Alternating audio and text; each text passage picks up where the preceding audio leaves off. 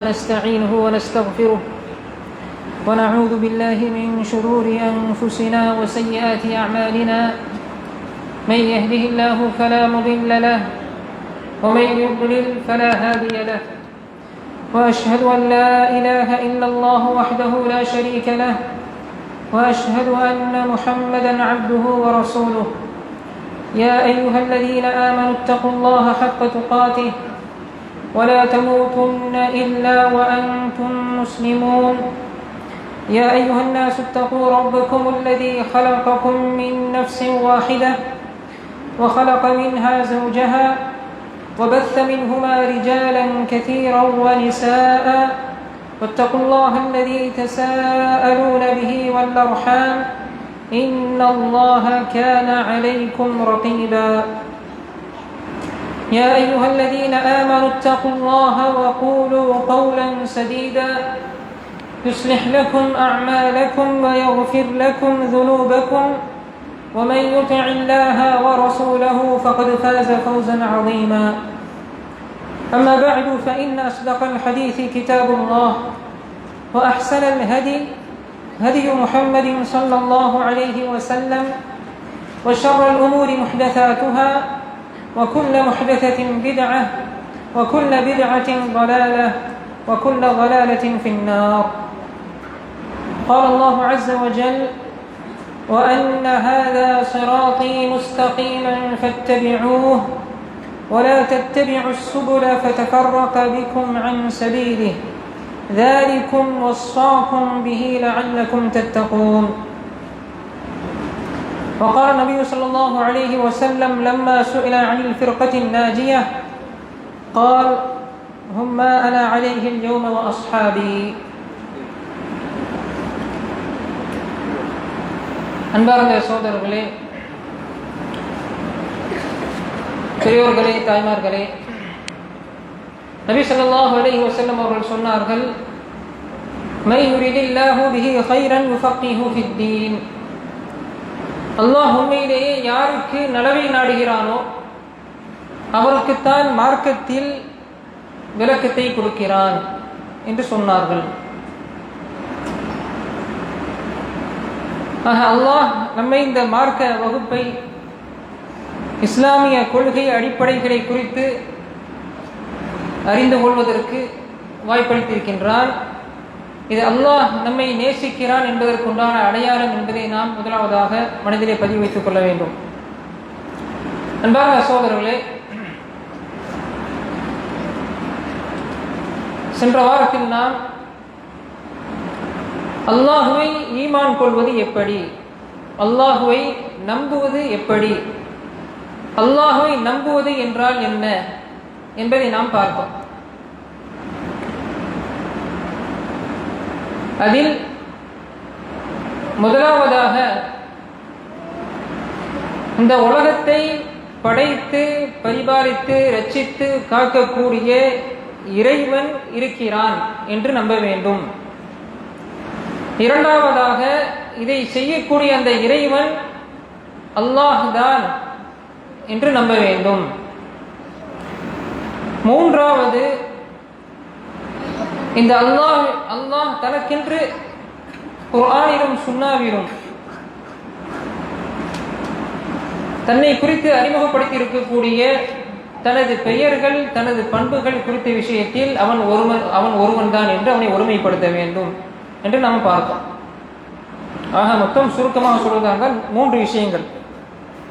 ஒன்று, அல்லாஹுவை அவன்தான் படைத்து பரிபாலித்து ரட்சித்து காத்து கொண்டிருக்கின்றான் என்று என்ன செய்யணும், அவனை ஒருமைப்படுத்த வேண்டும். ஒன்று. இரண்டாவது, அவனை வணக்கத்தில் ஒருமைப்படுத்த வேண்டும். நாம் செய்யக்கூடிய வணக்க வழிபாடுகளில் அவனை நாம் ஒருமைப்படுத்த வேண்டும். மூன்றாவது, தன்னை குறித்து குர்ஆனிலும் சுன்னாவிலும் அல்லாஹ் எத்தகைய பெயர்களை கொண்டு எத்தகைய பண்புகளை கொண்டு அறிமுகம் செய்திருக்கின்றானோ அதை அவ்வாறே நாம் நம்ப வேண்டும், அதில் அவனை ஒருமைப்படுத்த வேண்டும் என்கிற விஷயத்தை நாம் பார்த்தோம். இதுதான் அரபியில தௌஹீத் ருபூபிய்யா. முதல் வகைக்கு தௌஹீத் ருபூபிய்யா என்றும், இரண்டாவது வகைக்கு தௌஹீதுல் உலூஹிய்யா என்றும், மூன்றாவது வகைக்கு தௌஹீதுல் அஸ்மாஇ வஸ்ஸிஃபாத் என்றும் சொல்கிறார்கள் என்பதெல்லாம் பார்த்தோம். அதே போன்று சென்ற வாரத்திலே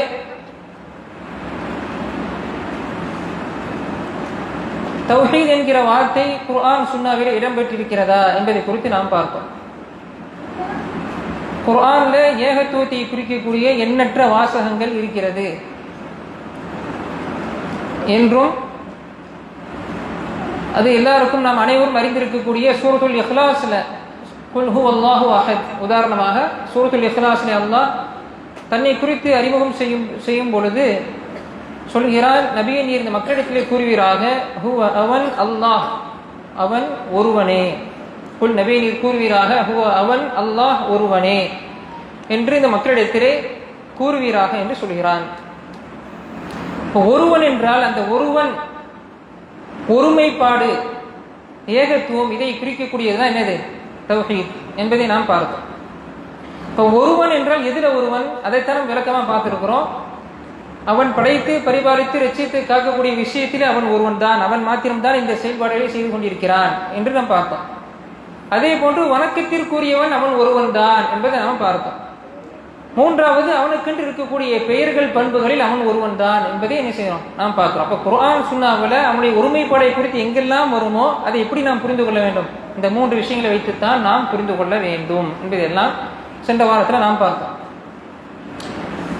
அடுத்ததாக தௌஹீத் ருபூபியாவில் அவன் தனித்தவன் என்பதை எப்படி நாம் புரிந்து கொள்வது என்பதை பார்க்கும் பொழுது, அதாவது படைப்புகளை நோக்கி அல்லாஹ் செய்யக்கூடிய செயல்கள், படைப்புகளை நோக்கி அல்லாஹ் செய்யக்கூடிய செயல்கள், படைத்தல், பரிபாலித்தல், ரட்சித்தல், காத்தல், படைத்தல், ஆட்சி, அதிகாரம், நிர்வகித்தல், இது போன்ற படைப்புகளை நோக்கி அல்லாஹ் செய்யக்கூடிய செயல்பாடுகள், இவைகளில் அல்லாஹ்வை ஒருமைப்படுத்த வேண்டும் என்பதை நாம் பார்த்தோம். மிக குறிப்பாக மூன்று விஷயத்தை நாம் பார்த்தோம். என்ன பார்த்தோம்? அல் ஹல்க், அல் முல்க், அத் தத்பீர். அல் ஹல்க்னா படைத்தல், அல் முல்க்னா ஆட்சி, அதிகாரம், அத் தத்பீர் நிர்வகித்தல் என்கிற விஷயத்தை மையப்படுத்தி இது தொடர்பாக இருக்கக்கூடிய நாம் என்ன செஞ்சோம்னு சொன்னால், அல்லாஹ் படைப்புகளுக்காக செய்யக்கூடிய எல்லா செயல்பாடுகளையும் இந்த மூன்று விஷயத்தில் உள்ளடக்கி நாம் குர்ஆன் சொன்ன ஒளியில சென்ற வாரத்தில் பார்த்தோம். இன்றைய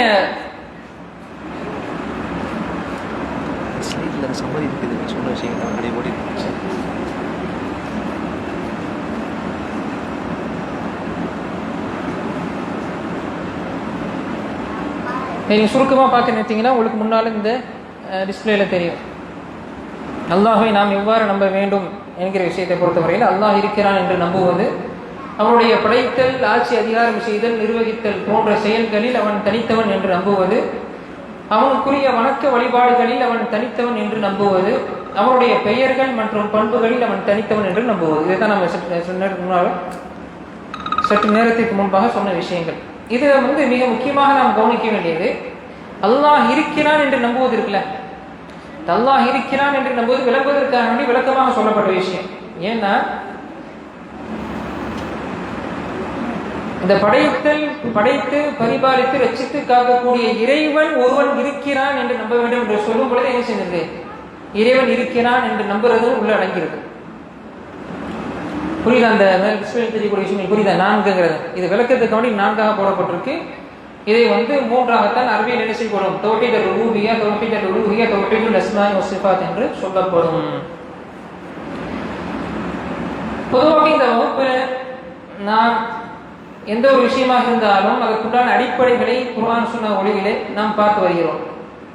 அந்த வகையிலே தௌஹீதை குறித்த இந்த விளக்கம், இந்த வகைகள், இதனுடைய அடிப்படை என்ன என்பதை குறித்து நாம் தெரிந்து கொள்ள வேண்டிய கட்டாயம் எல்லாருக்கும் இருக்கு. இதோட அடிப்படை என்ன, இதை வச்சு நம்ம என்ன செய்யறோம்? அதாவது தௌஹீதுடைய வகைகள் 3 அப்படின்னு நம்ம எதை குறித்து சொல்கிறோம்? ஏனென்று சொன்னால் மார்க்கத்தில் உள்ள விஷயம்தான் மார்க்கமாகும் இல்லையா? குர்ஆன் சொன்னாதான் மார்க்கத்தினுடைய அடிப்படையின் அடிப்படை. எதை வைத்து இதை தௌஹீத் 3 வகைகள், ஏகத்துவம் என்பது 3 வகைகள் சொல்லி சொல்றோம். கேள்வியாக கேட்கட்டும், நானே பதில் சொல்லட்டுமா? சரி, நானே பதில் சொல்றேன். ஆனா ஒரு கேள்வி கேட்டுட்டு பதில் சொல்றேன் இன்ஷா அல்லாஹ். நாம் இந்த அகிதாவுடைய முதல் வகுப்பிலே ஒரு கேள்வி ஒன்று பார்த்தோம். குர்ஆன் சுன்னாவை அணுகுவதில் அஹ்லுஸ் சுன்னாவிற்கும் அஹ்லுல் பிதாவிற்கும் மத்தியில் இருக்கக்கூடிய வேறுபாடு என்ன என்கிற ஒரு கேள்வி பார்த்தோம். நினைவு இருக்கா? குர்ஆன் சுன்னாவை அணுகுவதில் அஹ்லுஸ் சுன்னாவிற்கும் அஹ்லுல் பிதாவிற்கும் இடையே உள்ள வேறுபாடு என்ன என்கிற கேள்வி பார்த்தோம். அதுக்கு முன்னாடி பதிலையும் பார்த்தோம். யாருக்கு அந்த பதில் நினைவு இருக்குதுனோ அவங்க கை வைக்கணும்.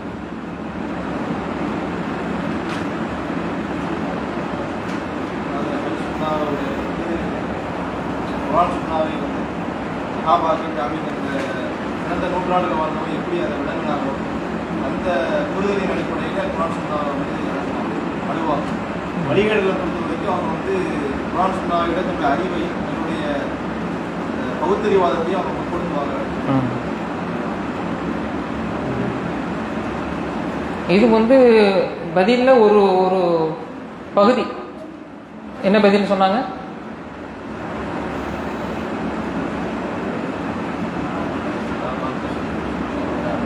அதாவது சலஃப சாலிஹீன்கள் எப்படி புரிந்து கொண்டாலும் அவ்வாறு அஹ்லுஸ் சுன்னா அவர்கள் புரிந்து கொள்வார்கள். மற்றவர்கள் எப்படி? மற்றவர்கள் தன்னுடைய அறிவை மனோ இச்சையை முற்படுத்துவார்கள் அப்படிங்கிறத நம்ம பார்த்தோம். இது அந்த கேள்விக்குண்டான பதிலின் ஒரு பகுதி. அதில் இன்னொரு பகுதி இருக்கு. அது என்ன பகுதி? யார் சொல்றோம்?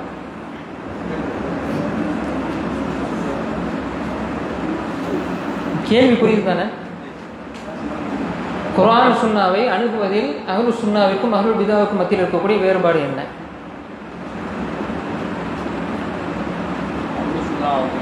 அந்த நிலைப்பாடு அவங்க எப்படின்னா அதனுடைய குரல் ஆனால் இவங்களுடைய இது எப்படின்னா அதை டச் ஆகாமல் இடையில இதுவும் இந்த கேள்வி கொண்டாலும் பதில் ஒரு பகுதி. வேற பெண்கள் தரப்புல இருந்து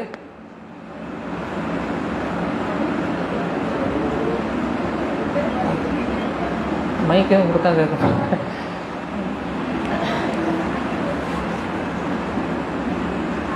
சரி, முக்கியமான விஷயம் சொல்லட்டுமா இல்லை யாரும் சொல்றீங்களா? சொல்லிடுவாங்க. நன்றாக கவனிக்க வேண்டிய விஷயம். அடிக்கடி நம்ம சொல்றது தான், அஹ்லுல் பிதாவை பொறுத்தவரையிலே முதலில் ஒரு தோற்றத்தை ஒரு சிந்தனையை முதல் என்ன செய்வாங்க? உருவாக்குவாங்க. அவங்களுக்குன்னு ஒரு புரிதல் இருக்கும். அந்த புரிதலுக்கு தக்கவாறு குர்ஆனையும் சுன்னாவையும் படைப்பார்கள். இதை பார்த்த ஞாபகம் இருக்கா? என்ன செய்வாங்க? அஹ்லுல் பிதாவுடைய எப்படி இருக்குன்னு பார்த்தீங்கன்னா, மார்க்கத்தில் சொல்லப்பட்டிருக்கக்கூடிய ஏதாச்சும் ஒரு விஷயத்தை ஏதாவது ஒரு பகுதி எடுப்பாங்க, அதற்கு ஒரு தோற்றத்தை கொடுத்து அதற்கு இவ்வாறெல்லாம் மார்க்கத்தில் ஆதாரம் இருக்கிறது என்று சொல்லுவாங்க. சரி, இதுக்கு நேர் மாற்றம் அஹ்லுஸ் சுன்னா எப்படி இருப்பாங்க? அதுதான் இப்போ நம்ம பார்க்க வேண்டியதுண்டான பதில். அது நல்லா கவனிங்க. அஹ்லுல் பிதா தங்களுக்கென்று சில உசூல்களை அடிப்படைகளை வகுத்து கொண்டு அதில் முழு மார்க்கத்தையும் அடக்க நிச்சயமாக முனைவார்கள். தாங்களாக இடையில வகுத்து கொண்டு அதற்கு தக்கவாறு குர்ஆனையும் சுன்னாவையும் இதனுடைய நோக்கம் இதுதான், இதனுடைய பொருள் இதுதான் சொல்லி விளக்கம் கொடுப்பார்கள். இது யார்? அஹ்லுல் பிதாவுடைய வழிமுறை. அஹ்லுஸ் சுன்னா இப்ப எப்படி இருப்பாங்க? இதுக்கு நேர் எதிராக சொல்லுங்க.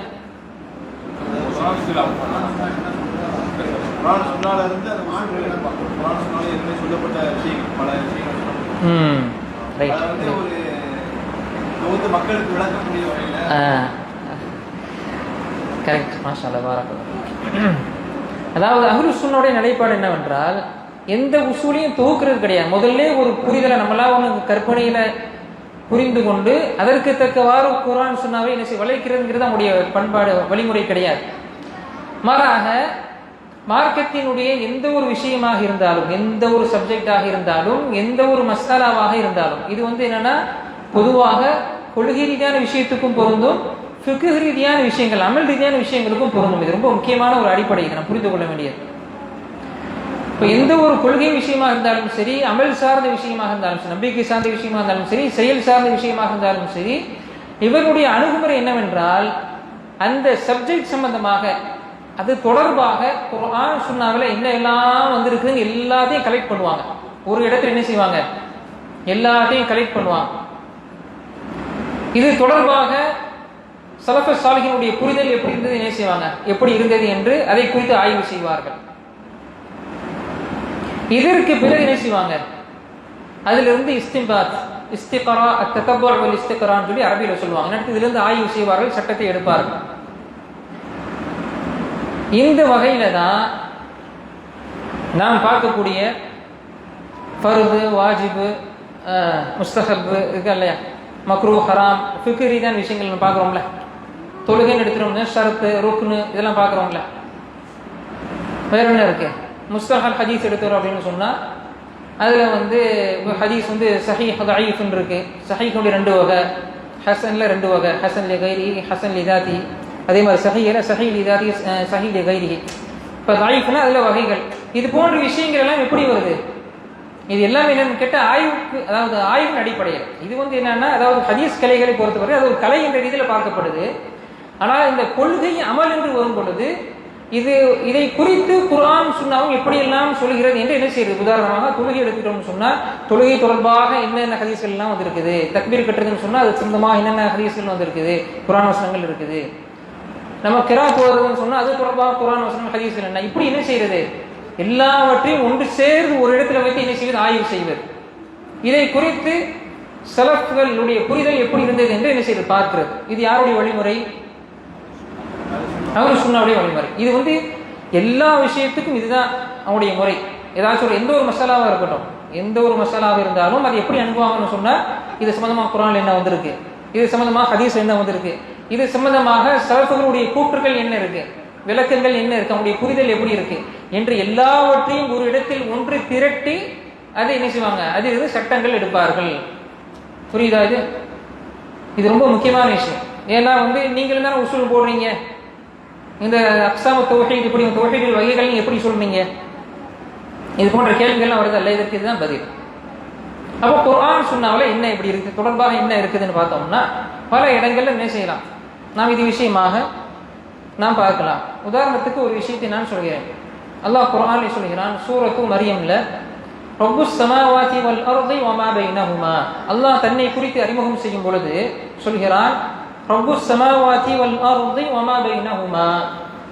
இந்த அல்லாஹ் எத்தேவன் என்றால் அவன்தான் வானங்கள், பூமி, இன்னும் இவ்விரண்டிற்கு மத்தியில் இருக்கக்கூடியவற்று அனைத்து படைப்புகளுக்கும் ரட்சகன் அவன்தான். அவன்தான் ரப்பு.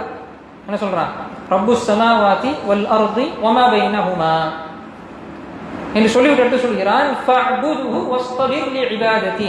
அடுத்து சொல்கிறான், நபியே நீர் இத்தகைய இறைவனை நீர் வணங்குவீராக, இன்னும் இவனை வணங்குவதில் நீர் பொறுமையை மேற்கொள்வீராக என்று சொல்கிறான். அடுத்து இந்த வசனத்தின் முடிவிலே சொல்கிறான், ஹல் தஅலமு லஹு சமிய்யா. நபியே உமது ரட்சகனுக்கு ஈடான, அவனுக்கு இருக்கக்கூடிய பெயர்களுக்கு இருப்பதை போன்று யாராவது இருக்குது, அவனுக்கு பெயர்களில் ஒப்பான, பண்புகளில் ஒப்பான யாராவது இருக்கிறார்களான்னு கேட்கிறான். ஹல் தஅலமு லஹு சமிய்யானா, சமீன்னு சொன்னா ஒத்த பெயர் உடையவன் அர்த்தம். இப்ப இறைவன் இருக்கிற மாதிரி அந்த ஒத்த கருத்துள்ள அந்த தன்மை இருக்கக்கூடிய பெயர் யாருக்கு இருக்கா, கிடையாது. இப்ப இந்த வசனம் இருக்கு குர்ஆன்ல. இது நாம் பார்க்கக்கூடிய அக்ஸாமு தௌஹீத், தௌஹீதுடைய 3 வகைகளையும் ஒரே வசனத்தை உள்ளடக்கி இருக்கு. இப்படி பல வசனங்களை என்ன செய்ய முடியும், பல இடங்கள்ல அல்லாஹ் என்ன செய்கிறான், தௌஹீத் ருபூபிய்யா குறித்து நீங்க குர்ஆன் வசனங்கள்லாம் பார்த்தீங்கன்னா எப்படி இருக்கும், ஒன்று அல்லாஹ் தன்னை ரப் என்று அறிமுகம் செய்வான், அல்லது தன்னை மாத்திரம்தான் வணங்க வேண்டும் என்று என்ன அறிமுகம் செய்வான். இல்லை பார்த்தீங்கன்னா என்றால் அவன் தன்னை குறித்து, தன்னுடைய பெயர்கள், தன்னுடைய பண்புகளை குறித்து என்ன செய்வான், தன்னை குறித்து அறிமுகம் செய்வான். இது நீங்க குர்ஆன்ல இறைவனை குறித்து, அல்லாஹ்வை குறித்து நீங்கள் அறிய நினைப்பீர்களே ஆனால் இந்த 3 வழியில் நீங்க எங்க பார்த்தாலும் என்ன செய்யும், அந்த விஷயங்கள் கவர் ஆகும், உள்ளடக்கும் என்று நீங்கள் புரிந்து கொள்ளுங்கள். ஆக இந்த அக்ஸாமு தௌஹீதின் அடிப்படை என்ன, அத்ததப்பு வல் இஸ்திக்ரா மின் அன்-நுஸூஸ் அஷ்-ஷர்இய்யா அஸ்-ஸஹீஹா. இப்போ மார்க்கத்தினுடைய அடிப்படைகள் என்ன, குர்ஆன் சுன்னா இருக்கா இல்லையா, இதுவும் இதை ஸலஃபுகள் புரிந்து கொண்டார்கள், அந்த விதம் இருக்குல்ல, இதை எல்லாத்தையும் வச்சு பார்க்கும்போது இப்படித்தான் புரிந்து கொண்டார்கள். எப்படி தௌஹீதை 3 வகைகளாக என்ன செய்கிறார்கள், இதை பிரித்தெடுக்கிறார்கள். இல்லைதான் சந்தேகம் இருக்கா இருக்காவது?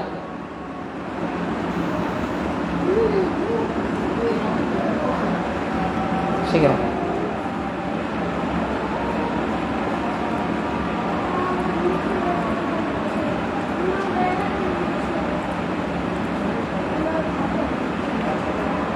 ஏதாவது சந்தேகம் இருக்கா? தெளிவாக புரிஞ்சிருக்கா? இல்லை தெளிவா. அந்த வகையில் தான் இந்த தௌஹீத் ருபூபிய்யா உலூஹிய்யா தௌஹீதுல் அஸ்மா வ ஸிஃபாத் என்கிற இந்த விஷயங்களை வந்து நாம் என்ன செய்கிறோம், இதை வந்து நாம் பார்க்கிறோம். அது மட்டுமில்லை, இதுக்கு இன்னொரு காரணமும் இருக்கு. பொதுவாக நம்ம ஏற்கனவே சொல்லியிருக்கிறோம், அக்கீதாவுடைய அடிப்படை என்ன என்று சொல்லும்போது, இதற்கு இந்த அக்கீதாவுடைய அந்த கிதாபுகளை நம்ம எடுத்து பார்த்தோம்னு சொன்னோம், கொள்கை சார்ந்த புக்குகள்லாம் பார்த்தோம்னா, கிதாபுகளை பார்த்தோம் என்றால் இது 2 நோக்கங்களை மையமாக கொண்டு என்ன செய்யப்பட்டிருக்கும். இந்த கிதாபுகள் எல்லாம் இந்த கல்வி தூக்கப்பட்டிருக்குன்னு சொல்றோம். ஞாபகம் இருக்காவது? அக்கீதாங்கிற அந்த வகுப்பு இருக்குல்லங்க, இது வந்து 2 நோக்கங்களுக்காகத்தான் இந்த விஷயங்கள் என்ன செய்யப்படுது. இது வந்து இந்த விஷயங்கள் பிரித்து எடுக்கப்பட்டு அது புத்தகமாகவோ அல்லது வந்து பரப்புரையாகவோ செய்யப்படுது. என்ன அது 2 நோக்கம்?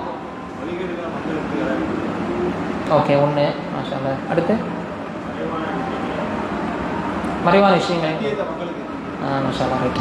1 என்னன்னா, அதாவது ஈதாஹ் அல் மஹஜ்ஜா. ஈதாஹ் அல் மஹஜ்ஜா அப்படின்னா சத்தியத்தை தெளிவுபடுத்துறது. கொள்கையை குறித்து மார்க்கத்தினுடைய சரியான வழிகாட்டல் என்ன, இது மக்களுக்கு தெரியப்படுத்தணுமா இல்லையா? தெரியப்படுத்தினாதான் மக்கள் அந்த கொள்கையை சரியான முறையில் புரிந்து அறிந்து விளங்கி அதை என்ன செய்வாங்க, கொள்கையாக ஏற்றுக்கொள்வார்கள். இது ஈதாஹ் அல் மஹஜ்ஜா. 2வது நோக்கம் என்னவென்றால் இகாமத்துல் ஹுஜ்ஜா. எவர்களெல்லாம் இந்த கொள்கை சார்ந்த விஷயங்கள் என்று வரும் பொழுது இதில் சொல்லப்படக்கூடிய விஷயங்களை முழுவதுமாகவோ அல்லது இதனுடைய சில பகுதிகளையோ மறுப்பார்களோ, அந்த நேரத்தில் அதை மறுக்கக்கூடியவர்களுக்கு தெளிவு மறுப்பு தெரிவித்தல். இது 2வது நோக்கம். இந்த 2 நோக்கங்களை மையப்படுத்தி தான் நாம் பார்க்கக்கூடிய கொள்கை சார்ந்த புத்தகங்கள், கிதாபுகளாக இருக்கட்டும் அல்லது பரப்புரைகளாக இருக்கட்டும், இதெல்லாம் இதை அடிப்படையாக வைத்துத்தான் இருக்கிறது. ஆக அதாவது எப்பொழுது மக்கள் இஸ்லாமிய சமுதாயத்தில் ஒரு சீர்கேடு, ஒரு வழிகேடு, இன்ஹிராஃப்னா வழிகேடு, நபி ஸல்லல்லாஹு அலைஹி வஸல்லம் அவர்கள் காட்டி தந்த பாதையை விட்டும் இந்த சமுதாயம் வழி தவற முனையும் பொழுது, நீங்கள் இந்த வழி தவறுகிறீர்கள், சரியான பாதை இதுதான் என்று தெளிவுபடுத்தக்கூடிய நோக்கங்கள் என்ன செய்யப்படுது. இந்த மாதிரியான விஷயங்கள் எல்லாம் தொகுக்கப்படக்கூடிய கட்டாயம் உருவாகிறது. நம்ம பார்த்த விஷயங்கள் தான் நினைவு இருக்கிறது எல்லாமே. இப்போ மக்கள் வந்து அதாவது கலிமாவினுடைய நோக்கம் என்னது? தௌஹீத் ருபூபிய்யா தான், அல்லாஹ்வை கடவுளாக ஏற்றுக்கொள்றது தான் அக்கீதாவுடைய தௌஹீதுடைய நோக்கம் என்று புரிந்து கொண்ட நேரத்திலே அது மட்டுமல்ல, மாறாக என்னது? ஏன் சரி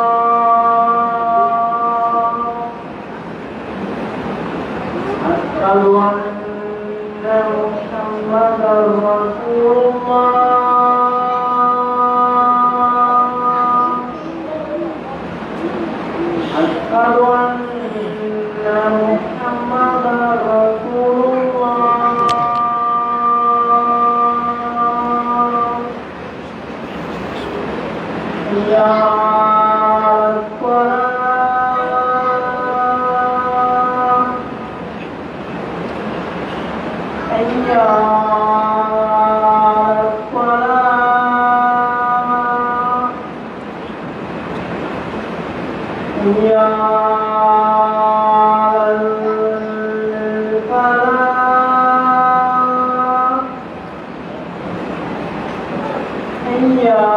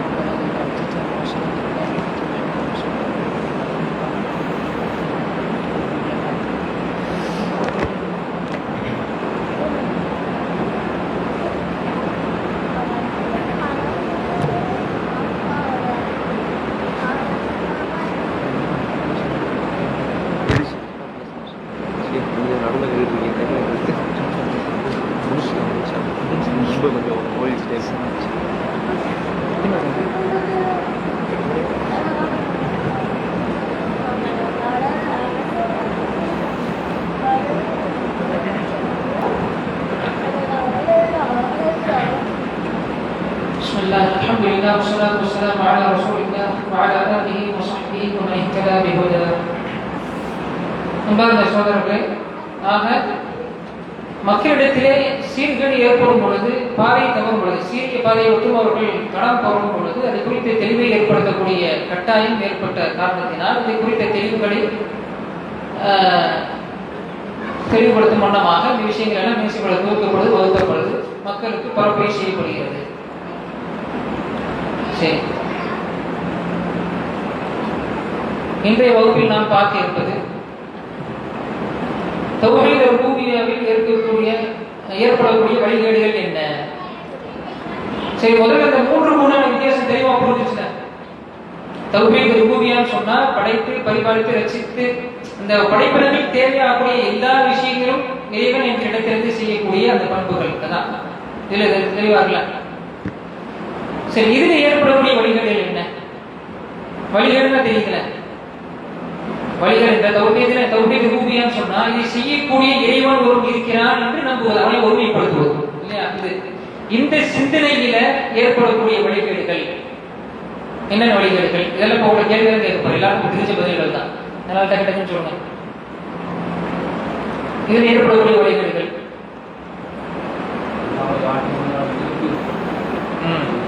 அல்லாஹ்வுடைய ஆற்றல். மாஷா அல்லாஹ், வெரி குட். அதாவது அல்லாஹ்விடம் இருக்கக்கூடிய, அவன் ரப்பாக இருக்கக்கூடிய அந்த அவனுக்குள்ள ஆற்றல் இருக்குல்ல, படைத்தல், பரிபாலித்தல், ரட்சித்தல், காத்தல், ஆட்சி அதிகாரம், நிர்வகித்தல், இது போன்ற விஷயங்கள் இருக்கா இல்லையா? இதே மாதிரி வேற ஒருவருக்கு என்ன இருக்கு? இதே மாதிரி அதிகாரம் இருக்குன்னு நினைக்கிறது, இது வழிகேடு. ஓகே, இது மாதிரி யார் நினைக்கிறா? இந்த சிந்தனை யார்கிட்ட இருக்கு?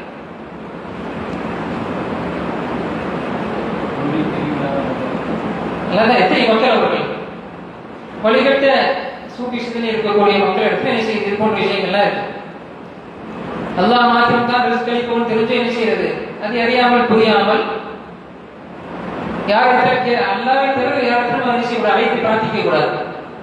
இது போன்ற விஷயங்கள் மக்கள் என்ன செய்யறாங்க? வழி தவறி போயிடுறாங்க. சுருக்கமா நம்ம பார்ப்பாங்க. ஆக இது ஒரு வழிகேடு. என்ன வழிகேடு? அதான் அல்லாஹ் இருக்கக்கூடிய அந்த அதிகாரம் வேறு ஒருவருக்கு இருக்கிறது என்று நம்புவது ஒன்று. அடுத்து வேகமா சொன்னீங்கன்னா கொஞ்சம் நேரம் என்ன செய்யணும், மிச்சமாகும். அடுத்து எல்லாருக்கும் தெரிஞ்ச விஷயங்களாக இருக்கும், எல்லாமே நம்ம சமுதாயத்தில் அங்கங்க பார்க்கிற விஷயமா தான் இருக்கும்.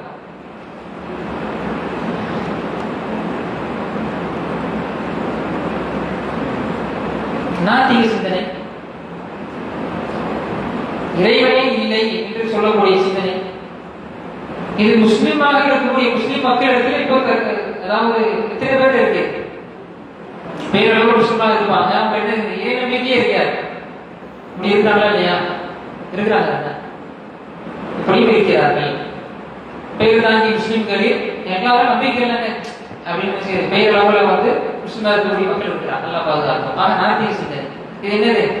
அதாவது இந்த இறைவனுக்கு இருக்கக்கூடிய இந்த இறை கோட்பாடுல என்ன செய்யுது? தௌஹீத் ருபூபிய்யாவுல அவர்கள் என்ன செய்யுது? அந்த நம்பிக்கைகள் கிடையாது, இறைவனுக்கான இதே கிடையாது, நம்பிக்கை இல்லாமல் இருக்கு, வெளியிட்டு நாத்திக சிந்தனை என்று சொல்வார்கள். இது ரெண்டு. அடுத்து எம்மதமும் சம்மதம், வஹ்தத்துல் அதியான். வஹ்தத்துல் அதியான்ங்கிறது அது ஒரு வழிபாடுதல் விஷயத்துல வருது. அதாவது என்ன மதம்னா என்னது? இறைவனை வழிபடக்கூடிய ஒரு முறைங்கிறது தான் மதங்கிறது. ஒவ்வொரு தொகுப்பும் வகுத்து வச்சிருக்கிறது அந்த இறைவனை வழிபடக்கூடிய, தன்னுடைய இறைவனை வழிபடக்கூடிய முறை என்பதுதான் அது என்னது?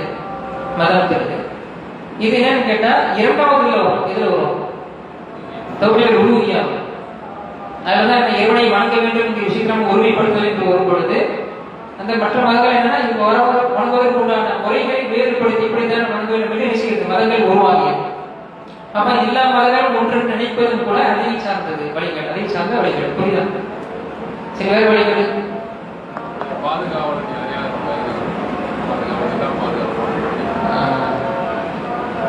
எடுத்தது அவர் சொன்ன மாதிரி இறைவன் இருக்கக்கூடிய அந்த அதிகாரத்துல பங்கு இருக்கு நம்ம நினைக்கிறது. சரி, அடுத்து நானே சொல்லியிருக்கேன், நேரத்தை பாராட்டுறது, உச்சப்படுத்தும்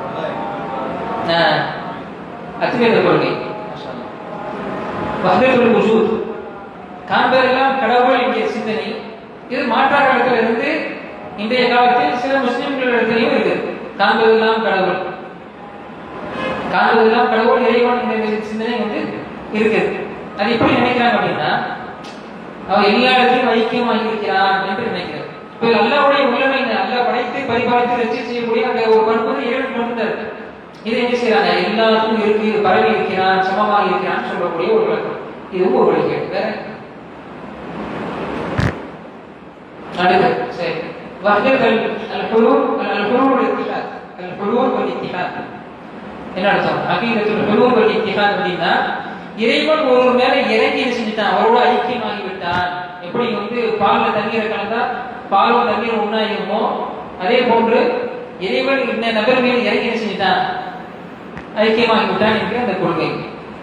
இது வந்து வழிகட்ட சில அதாவது சூஃபி சிந்தனைகளில் விஷயங்கள் இருக்கு. ஷேக் என்ன செய்ய சொல்லக்கூடிய விஷயத்தை வந்து வகிக்கிற அளவுக்கு அதை வந்து பொருட்படுத்தக்கூடிய நிலை இல்லாமல் அதுக்கு காரணம் இதுதான். ஏன் நினைக்கிறாங்க சிலர்கள் தான் நான் சொல்றேன். ஆக இது போன்ற வழிகேடுகள் தௌஹீத் ருபூபிய்யாவில் ஏற்படுது. ஒரு முக்கியமான விஷயத்தை நாம் புரிந்து கொள்ள வேண்டும். தௌஹீத் ருபூபிய்யாவில் வழிகேடு ஏற்படுது அப்படின்னா அடுத்த கேள்வி வருது. தௌஹீத் ருபூபிய்யா மற்றும் தௌஹீத் உலூஹிய்யா இந்த இரண்டிற்கும் மத்தியில் உள்ள தொடர்பு என்ன? இந்த இரண்டுக்கும் மத்தியில் உள்ள தொடர்பு என்ன? என்ன தொடர்பு?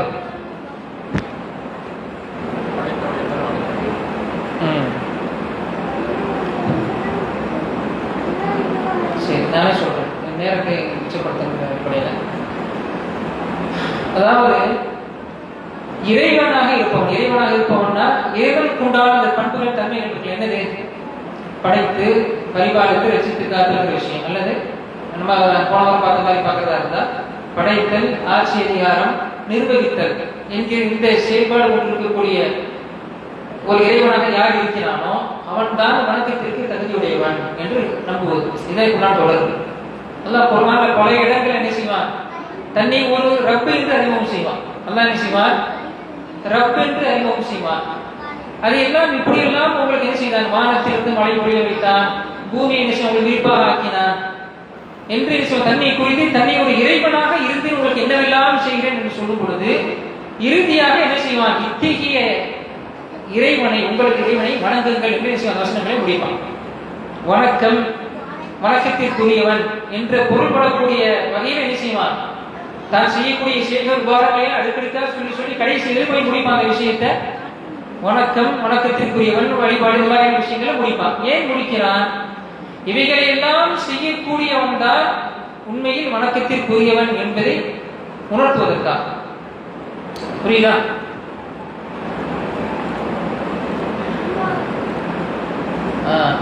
சரி, இடையில பாருங்க. தௌஹீத் ருபூபிய்யாவில் ஏற்படக்கூடிய வழிகேடுகள் என்ன? நாத்திகம். கொஞ்சம் நாங்கள் ஸ்டாப் பண்ணி போடுவோம். நாத்திகம், அத்வைத கொள்கை, எல்லாமே கடவுள்னு சொல்றது. அடுத்து அவதாரம், இவன் கடவுள் அவதாரம் அப்படிங்கிறது. இறைவனின் செயல்களுக்குரிய தனித்தன்மையில் கூட்டு இருக்கிறது நம்புறது. அதான் அல்லாட்ட கேட்டாலும் கிடைக்கும், அவனுக்கு தான் என்ன செய்ய முடியும், ஒரு நன்மையையோ ஒரு நன்மையை செய்வதோ அல்லது நமக்கு ஏற்படக்கூடிய தீமையை விட்டு நம்ம பாதுகாக்க இறைவனுக்கு மாத்திரம்தான் முடியும். இது போன்ற ஒரு அதிகாரம் வேற யாராவது இருக்கிறது, வேற எவருக்காவது இருக்கிறது என்று நம்பினால் அது வழிகேடு இல்லையா? அடுத்து இவ்விரண்டுக்கு உண்டான தொடர்பு என்ன? இறைவனாக இருப்பவன் தான் வணக்கத்திற்குரிய நாயனாகவும் இருக்க முடியும். இதுதான் சுருக்கம். இதை வந்து நீங்க பார்க்கறதுக்காக வேண்டி குர்ஆன் வசனங்கள் மூலமா சொல்வதாக இருந்தால் சூரத்துல் பக்ரா இதை அல்லாஹ் சொல்கிறான்,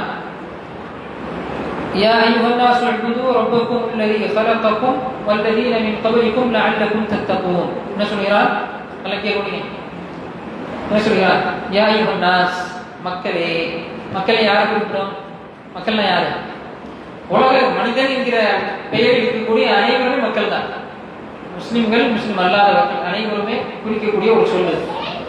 யா அய்யுஹன் நாஸ் உஅ்புது ரப்பக்கும், உங்களை படைத்த, யா அய்யுஹன் நாஸ் உஅ்புது ரப்பக்கும் அல்லதி خلقக்கும், உங்களை படைத்த அத்தகைய உங்களது இறைவனை வணங்குங்கள். வல்லதீன மின் கப்லிக்கும், உங்களுக்கு முன்னிருந்தவர்களையும் படைத்த அத்தகைய உங்களது இறைவனை வணங்குங்கள். புரியுதா? சுருக்கம் என்ன? உங்களையும் உங்களுக்கு முன்னிருந்தவர்கள் அனைவரையும் படைத்த உங்களது இரட்சகனை நீங்கள் வணங்குங்கள் என்று சொல்லிவிட்டு அடுத்த வசனத்தில் என்ன சொல்றான்?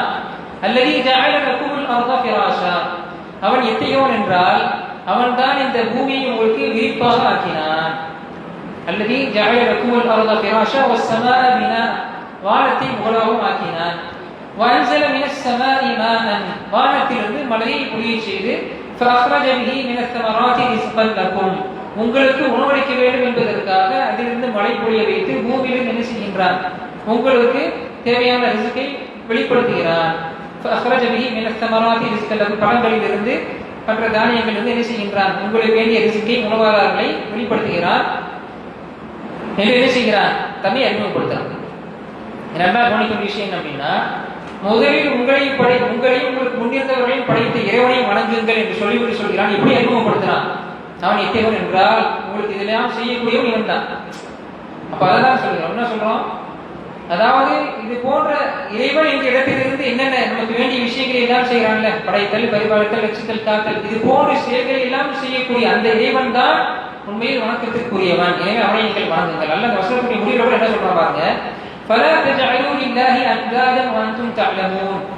எனவே இப்படியெல்லாம் செய்யக்கூடிய இந்த ரப்பாகிய இந்த அல்லாஹ்வை நீங்கள் இவனுக்கு எதையும் கூட்டாக ஆக்காதீர்கள். فَلَا تَجْعَلُوا لِلَّهِ أَنْدَادًا, இத்தகைய அல்லாஹ்விற்கு நீங்கள் செய்யாதீர்கள், இணையாக வேறு எந்த ஒரு கூட்டையும் ஆக்காதீர்கள் என்று சொல்கிறான். وَأَنْتُمْ تَعْلَمُونَ, நீங்கள் தெரிந்து கொண்டே செய்யாதீர்கள் என்று என்ன செய்கிறான், நமக்கு வலியுறுத்துகிறான், அறிவுறுத்துகிறான். ஆக தொடர்பு என்னது, என்ன தொடர்பு, உண்மையில் இறைவனாக இருப்பவன் தான் வணக்கத்திற்குரிய நாயனாக இருக்க முடியும். இதுதான் தொடர்பு சுருக்கமாக. அடுத்து தௌஹீதுல் உலூஹிய்யாவுக்கு வேறு பெயர் இருக்குதா, இதெல்லாம் சும்மா தெரிஞ்சு கொள்றது தான்.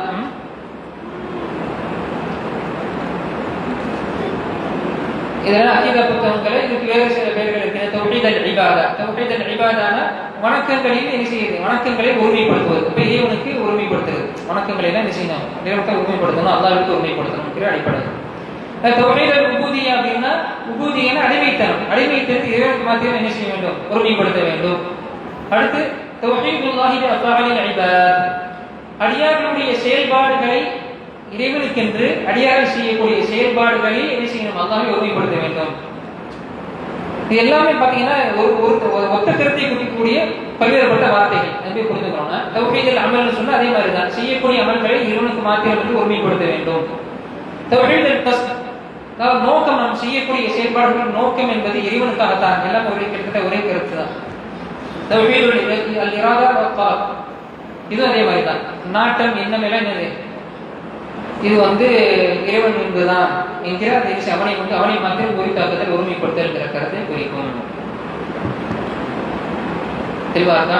இதெல்லாம் நீங்க என்ன தெரிஞ்சு கொள்ளணும்னு சொன்னா, அது தௌஹீதுல் உலூஹிய்யாவுக்கு இருக்கக்கூடிய வேறு பெயர்கள் என்பதுதான். அடுத்து தௌஹீதுல் உலூஹிய்யாவின் முக்கியத்துவம் என்ன? தௌஹீதுல் உலூஹிய்யாவிற்கு தான் அல்லாஹ் மனித ஜின் வர்க்கத்தையே படைத்துள்ளான். வமா ഖலக்துல் ஜின்ன வல் இன்ஸ இல்லா லியஅ்புதூன், ஜின் வர்க்கத்தையும் மனித வர்க்கத்தையும் என்னை வணங்குவதற்காகவே அன்றி வேறு எதற்காகவும் நான் படைக்கவில்லை என்று சொல்கிறான்.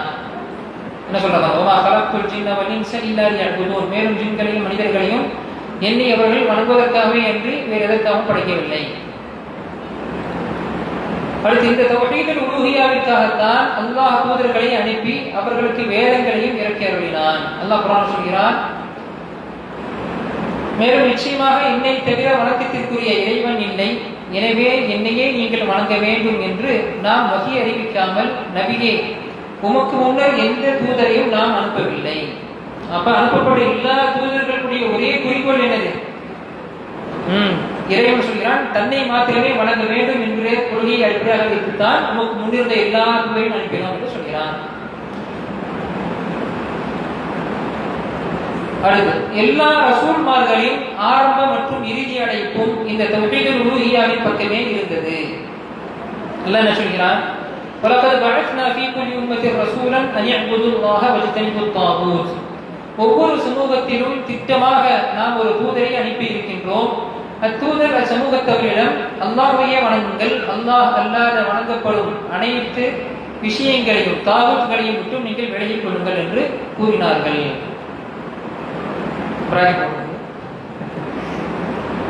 தாகூத்னா குல்லுமா அழுவித மின் தூனில்லா, இது அந்த சோதி தானே, பிரச்சனை இல்லை. என்ன அர்த்தம், தாகூத்னு என்ன அர்த்தம், குல்லுமா அழுவித மின் தூனில்லா, அல்லாஹ்வை தவிர்த்து இந்த உலகத்தில் கடவுளாக எதுவெல்லாம் வணங்கப்படுமோ அது அனைத்துமே தாகூத். அப்ப அல்லாஹ் மாத்திரம்தான் வணங்க வேண்டும். அவனை அல்லாமல் வணங்கக்கூடிய எல்லாவற்றையும் மட்டும் நீங்க செய்யுங்க, நீங்கள் வெளியே கொள்ளுங்கள் என்றதுதான் அடிப்படை. எல்லா தூதரும் இதுக்கு தான் செய்தார்கள். இப்படித்தான் இந்த அடிப்படையை வைத்துத்தான் நாம் அனுப்பினோம் என்று நான் சொல்கிறான். சரி, இந்த விஷயங்கள் எல்லாம் தெளிவாக புரியுதா? இதுல மிக முக்கியமான விஷயம் என்னவென்றால், படைத்தவனை கொண்டுதான் ஆகுது, அல்லாவை கொண்டுதான் ஆகுதுங்கிற இந்த எண்ணத்தை என்ன செய்யணும், அந்த உள்ளத்துல நம்ம சரியாக கொண்டு வந்து வஸ்துக்களால் ஆகுதுங்கிற எண்ணத்தை உள்ளத்துக்கு எரியணுங்கிற அந்த பிரச்சாரம் இது போன்ற இந்த இதுல இது இது ஒரு ஏன் தௌஹீத் தான். இது தௌஹீத் தான், நல்லா கவனிக்கணும். ரொம்ப முக்கியமான விஷயம். நம்ம பார்க்கறது என்னன்னா அக்ஸாம தௌஹீத். அக்ஸாம தௌஹீத் நடத்தும் தௌஹீதுடைய வகைகள் இல்லையா? இது மூன்றுமே ஏகத்துவம் தான். இந்த தௌஹீத் ருபூபிய்யா இருக்குல்ல, இதை மட்டும் கொள்கையாக கொண்டால் இறை தூதர்கள் அனுப்பப்பட்ட அந்த நோக்கம், அந்த கொள்கை நிறைவு பெறாது. என்ன செய்யாது? ஏனென்று சொன்னால் அல்லாஹ் நம்ம பார்த்த இடங்களை பாருங்க, லா இலாஹ இல்லா அன்த ஃபஅபுதுன், எத்தனை வசனங்கள் பார்த்தோம் சில நேரத்துக்கு முன்பாக இந்த வசனங்கள்லாம் பார்த்தோம். ஏன் ஒரு மனிதர் இஸ்லாத்துக்கு வரும்பொழுது என்ன கலிமா சொல்லணும்? என்ன கலிமா சொல்லணும்? லா இலாஹ இல்லல்லாஹ். லா இலாஹ இல்லல்லாஹ் என்ன அர்த்தம்?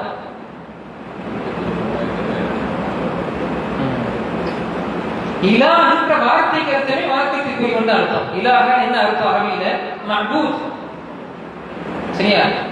அல் மஅபூத் பிஹக். இந்த இடத்துல லா இலாஹ இல்லல்லாஹ் வரும் பொழுது உண்மையிலேயே வணக்கத்திற்கு தகுதியானவன் அல்லாஹ்வை தவிர யாரும் இல்லை. இதுதான் அல்லாஹ் சொன்னாலே சில நேரத்தில் என்ன பார்த்த வசனத்துல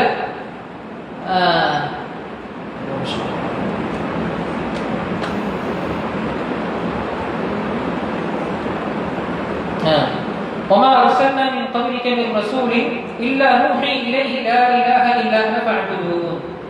என்ன சொல்கிறார்? நபி, உமக்கு முன்னர் நாம் அனுப்பிய அனைத்து தூதர்களுக்கும் வகை அறிவிக்கப்பட்ட செய்தி என்னது? இறை செய்தியாக சொல்லப்பட்ட விஷயம் என்னது?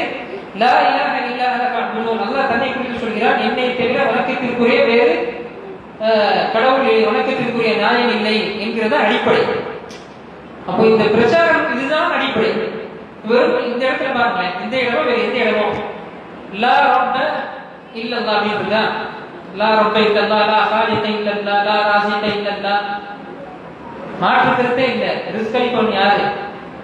அல்லாஹ் மட்டும்தான். படைப்பவன் யாரு? அல்லாஹ் மட்டும்தான். மாலிக் யாரு? லா மாலிக இல்லல்லாஹ், அல்லாஹ் தான் மாலிக். லா முதப்பிர இல்லல்லாஹ், அல்லாஹ் தான் முதப்பிர், நிர்வகிப்பவன் வந்தான். இதுதான் மாற்று கருத்து இருக்கு. அப்போ ரொம்ப தெளிவாக நம்ம பார்த்தோம். கைசேரம் என்னன்னா, அது வீடியோல சவுண்ட் இல்லை, அவ்வளவு தெளிவாக அவ்வளவு தெளிவாக நம்ம பார்த்தோம். இப்ப இதெல்லாம் விஷயம் லா காலிக இல்லல்லாஹ், லா ராஸிக இல்லல்லாஹ், லா முதப்பிர இல்லல்லாஹ், லா மாலிக இல்லல்லாஹ், இதெல்லாம் மாற்று கருத்தே கிடையாது. ஆனால் இதுதான் இறை தூதரில் அனுப்பப்பட்ட நோக்கமா? இதுதான் ஏகத்துவ கொள்கையுடைய அடிப்படையா? மிக முக்கியமா, அதாவது முக்கியமான குறிக்கோளா, நோக்கமா என்றால் கண்டிப்பாக கிடையாது. அல்லாஹ் என்ன சொல்ற பாருங்க, லா இலாஹ இல்லல்லாஹ். புரியுதா? இதெல்லாம் சொல்றோம். என்ன சொல்றோம் அப்படின்னா, நீங்கள் சொல்லக்கூடிய இந்த பிரச்சாரம் இருக்குல்ல, இது குறைவுடைய பிரச்சாரம். ஏன்னா இந்த உலகத்திற்கு கூட யாராக இருந்தாலும் ஒரு கடவுள் இருக்கிறான் என்கிற அந்த விஷயத்தை தாங்கள் அறிந்தோ அறியாமலோ, ஏற்றாலும் சரி நிராகரித்தாலும் சரி, அதை நம்பித்தான் இருக்கிறார்கள். எப்படி? நாத்திகனாக இருந்தாலும் பேசுகிறான், இந்த விஷயத்தை நம்பித்தான் இருக்கிறான். இதை நம்ம பேசுறாங்க, நீங்களும் பேசிட்டு இருக்கலாம். ஏன்னா இந்த உலகத்துல எல்லாருக்குமே தெரிஞ்ச விஷயம் என்ன? அதாவது போன வாரம் பார்த்தோம்னா, நம்ம ஒரு ஹாலிக்கும், இந்த உலகத்துல நாம விஷயல, நம்மை நாம உருவாக்கவும் கிடையாது, நாம உருவாகவும் கிடையாது. நம்மை நாம படைக்கல, நாம உருவாகல என்று வரும் பொழுது படைத்தவனுக்கு ஒருவன் இருக்கிறான் என்கிற விஷயம் தான் முடிவாக வருது. ஆனால் நாத்திகர்களாக இருக்கக்கூடியவர்கள் இந்த விஷயத்தை ரெண்டு காரணத்தினாலும் மறுப்பார்கள். ஒன்று என்னது? அல் முகாபரா, தெரியும் ஆனா விதண்டாவதம் பண்றது, அல்லது அறியாமை, சரியா புரியாம என்ன செய்யறது, நம்ம தங்களை அறிவுள்ளவா நினைச்சு என்ன செய்து பிரச்சாரம் பண்ணி, இதுதான். ஆக நான் இங்க என்ன சொல்ல வரேன்னு சொன்னா, என்ன பார்த்துட்டு இருந்தோம்? கூப்பிடலாம்.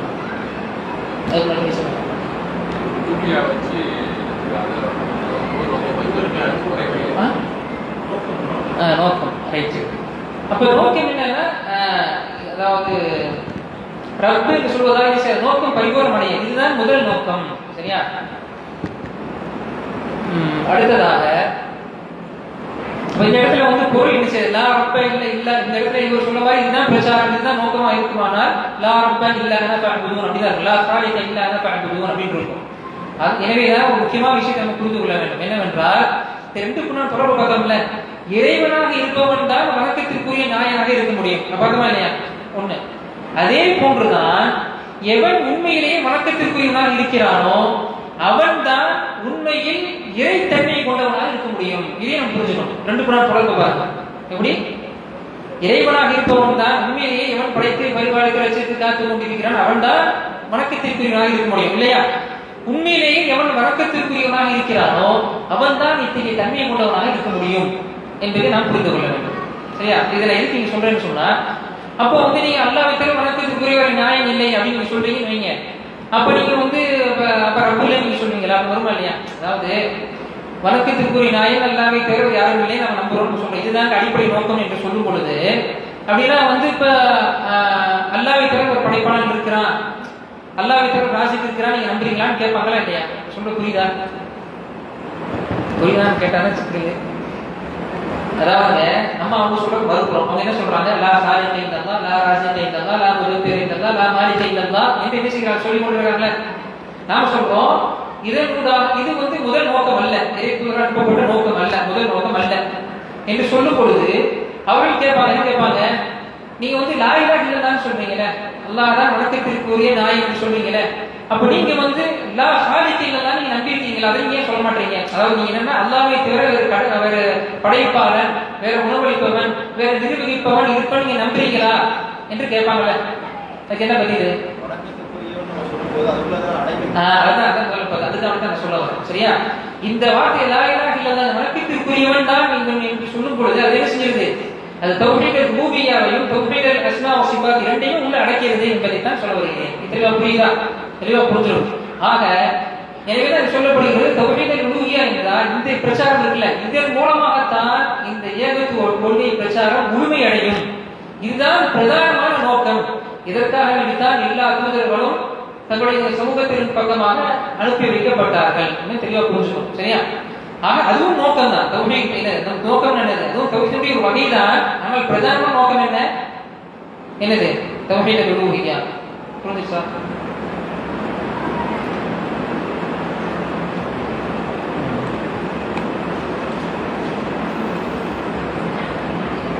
சரி, அடுத்து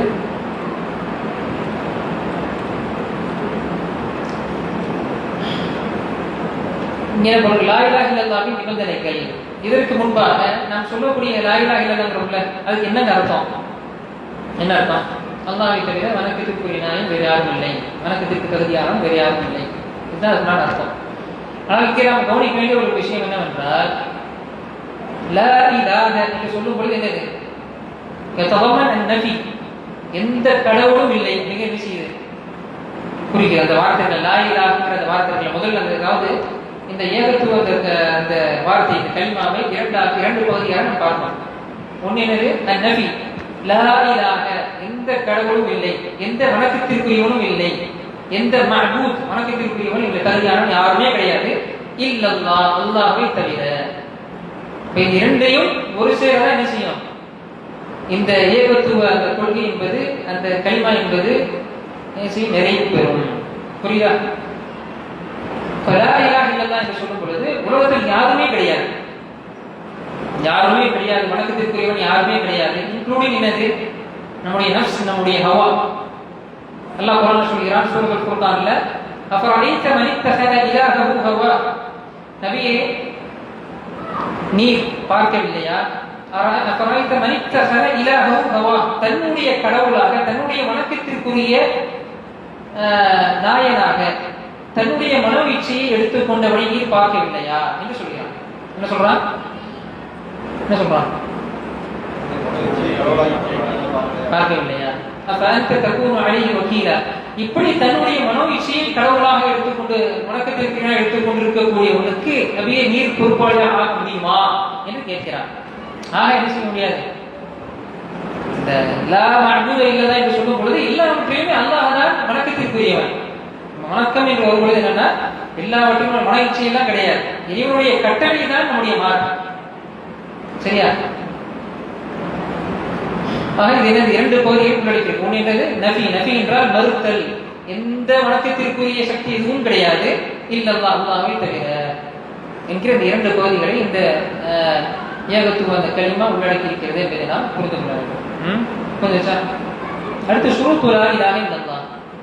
நம்ம ஏற்கனவே இந்த அஸ்ஸாமத்து பற்றி சற்று நேரத்துக்கு முன்பாக பார்த்தோம்ல. இது எப்படி இது போன்ற விஷயங்கள்லாம் ஒதுக்கப்படுதுன்னு நம்ம கேட்கிறோம்ல, அதுக்கு என்ன பதில் சொன்னோம்?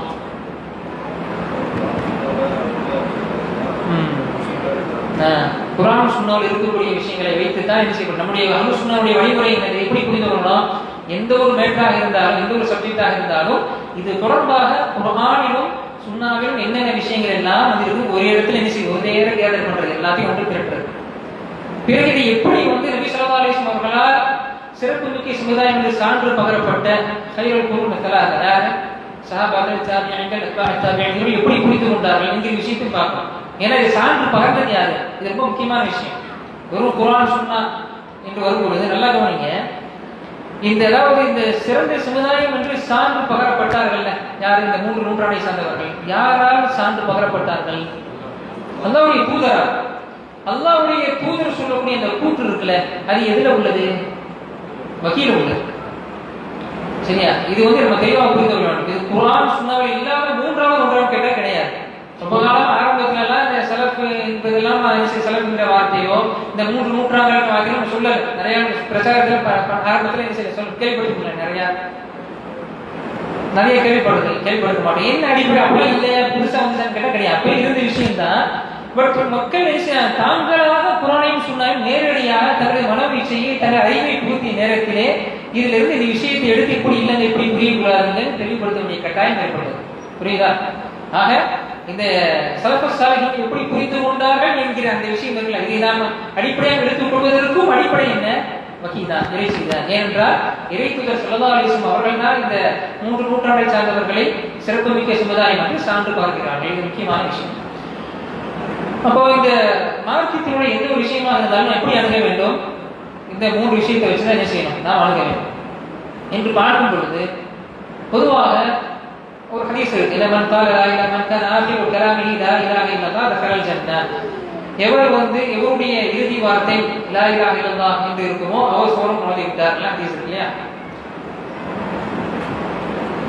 இதை குறித்து வஹ்பின் முனப்பி என்கிற அந்த ஸலஃபுஸ் ஸாலிஹீன் ஒருத்தர் கேட்கப்படும் பொழுது மக்கள் எல்லாம் சொல்கிறார்கள் அல்லவா, என்ன சொல்கிறார்கள்? நம் கால லா இலாஹ இல்லல்லாஹ் தகரல் ஜன்னah. அவன் யாரும் வந்து லா இலாஹ இல்லல்லாஹ் சொல்லிட்டு அவனை சொல்றது போய் நிறைய பிரச்சாரம் நடக்குதுல்ல. என்ன செய்வான்? நீ கலிமா மட்டும் சொல்லிருங்க, நீ கலிமா மட்டும் சொல்றது போயிருங்க. அந்த மாதிரி ஒரு பிரச்சாரம் நடக்குதாங்க. ரொம்ப காலம் நடந்திருக்கு. உண்மையிலே அப்படியா? குர்ஆன் சுன்னா இப்படிதான் சொல்லி காட்டுகிறதா என்று பார்த்தோம் என்று சொன்னால் அப்படி இல்லை. குர்ஆன் என்ன செய்யுது, ஹதீஸ்கள்ல நம்ம பார்க்கும் பொழுது இதை வந்து அதாவது இந்த ஏகத்துவ இந்த கலிமாவை இந்த வார்த்தையை இதை புரிந்து அறிந்து என்ன செய்யும், சில நிபந்தனைக்கு உட்பட்டு இதை சரியாக அதை என்ன செய்ய முடிந்தால் தான் என்ன செய்யும் இந்த வார்த்தை அவர்களுக்கு பயனளிக்கும் என்று நாம் புரிய முடிகிறது.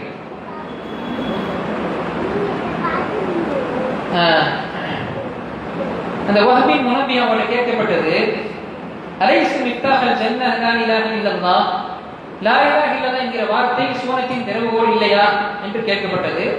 அதற்கு அவர் பதில் சொன்னாரு, பலா, ஏன் இல்லை, வலாகின் மா மின் மிஃப்தாஹின் இல்லா லஹு அஸ்னா. எந்த ஒரு திறவுகோலாக சாவியாக இருந்தாலும் அதற்கு சாவிக்கும் பல் இருக்கு அல்லவா, அதே போன்றுதான் லா இலாஹ இல்லல்லாஹ்வுக்கும் ஷுரூத்துகள் நிபந்தனைகள் பற்கள் இருக்கிறது என்ன செய்யறாங்க, புரிய வைக்கிறாங்க. அப்போ இதை அந்த முறைப்படி எப்படி அதை புரிந்து கொள்ள வேண்டுமோ, அதை எப்படி நாம் வந்து அதை கொள்கையாக கொள்ள வேண்டுமோ அந்த முறையில் நாம் அதை கொள்கையாக கொண்டால்தான், நம்பினால்தான் அது பயனளிக்கும் என்பதை நாம் எப்படி புரிந்து கொள்றோம்? குர்ஆன் சுன்னாவை ஆய்வு செய்வதன் மூலமாக இந்த விஷயங்கள் நமக்கு தெரிய வருகிறது. புரியுதா? இதைத்தான் அரபியில் ஷுரூத் லா இலாஹ இல்லல்லாஹ் என்று சொல்வார்கள். என்னது அப்படின்னு அர்த்தம்?